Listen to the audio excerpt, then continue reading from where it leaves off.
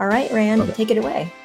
Wonderful. All right, I'm going to share my screen. PR strategy and tactics. This is one of the, I would say, 3 or 4 primary things that people do with Sparktoro. What you're doing with PR is marketing to people through existing sources of influence. I subscribe to this Taste magazine. I get this email about salsa matcha, and I immediately ordered some. Why did I do that?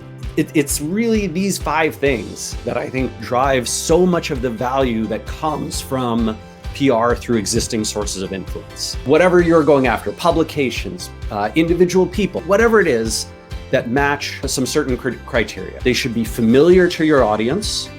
They are hopefully liked by that audience, trusted by your audience, perceived as impartial, and easily available. Ranking highly in Google is not what it was in 2006 when people sort of just innately trusted Google's top results. There's also some criteria I don't much care about. Maybe your boss, your team, your client really cares about these things in the context of PR, but IDGAF, meaning I don't gamble against fallacious metrics. How to uncover influential sources in your field. Let's start with websites. This is one of the tabs inside Sparktoro. All Sparktoro knows about is what people put in their public social and web profiles. Your website about page, or your Twitter account, or your LinkedIn, or your Facebook page, all of these profile sites, we have 10 of them. And if people who have the word privacy advocate, that's what I've searched for here, right? Privacy advocate in their bio, share or engage with a URL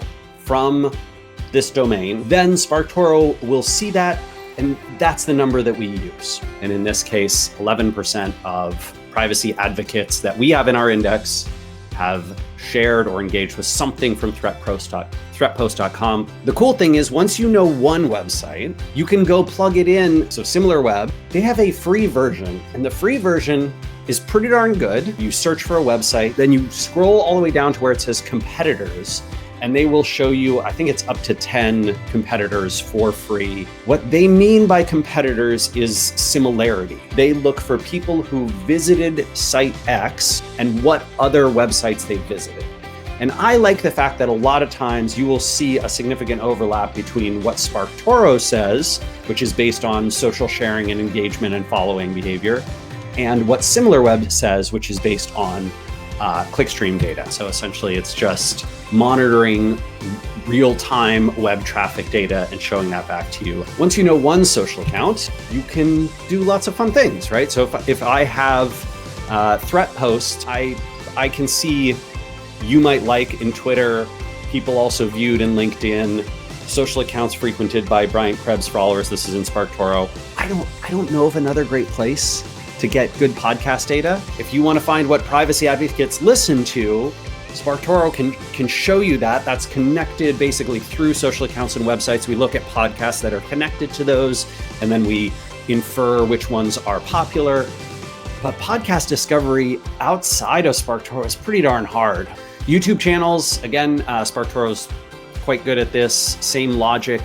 We connect up a YouTube channel to its connected social accounts. This data looks very, very solid to me when I think about what privacy advocates probably listen to and subscribe to and engage with. Real quick, let's chat about prioritizing this outreach list. It's not the case that all potential sources are equally valuable or even plausible. I use these 2 metrics. First one is percent of audience that I want to reach that pays attention to them.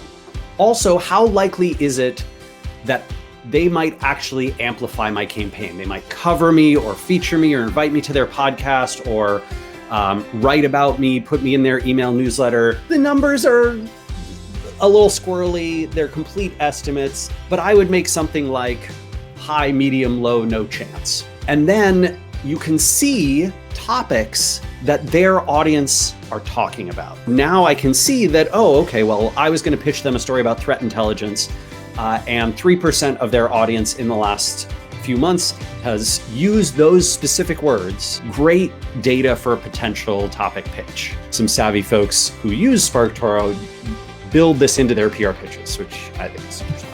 My other tip is never, ever, ever pitch for links. Whatever it is, this list, of these blue boxes is infinitely long.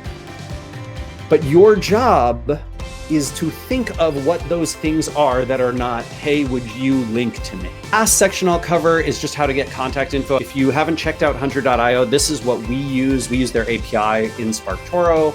Their coverage is very, very good. It's not very expensive, so you can set up your own account if you want and get data from them directly.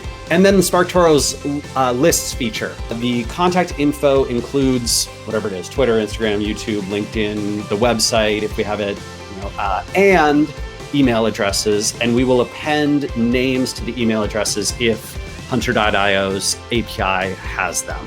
Well, Amanda, thank you so much for putting this together again. Thank you everyone for joining us. I'm excited we get to do this again in 2 weeks. Yes, in 2 weeks, September 2nd, I believe. We're going to be talking about customer cohorts and how you can use that for better marketing. So thank you, gang. Thank you, everyone. Take care, everybody.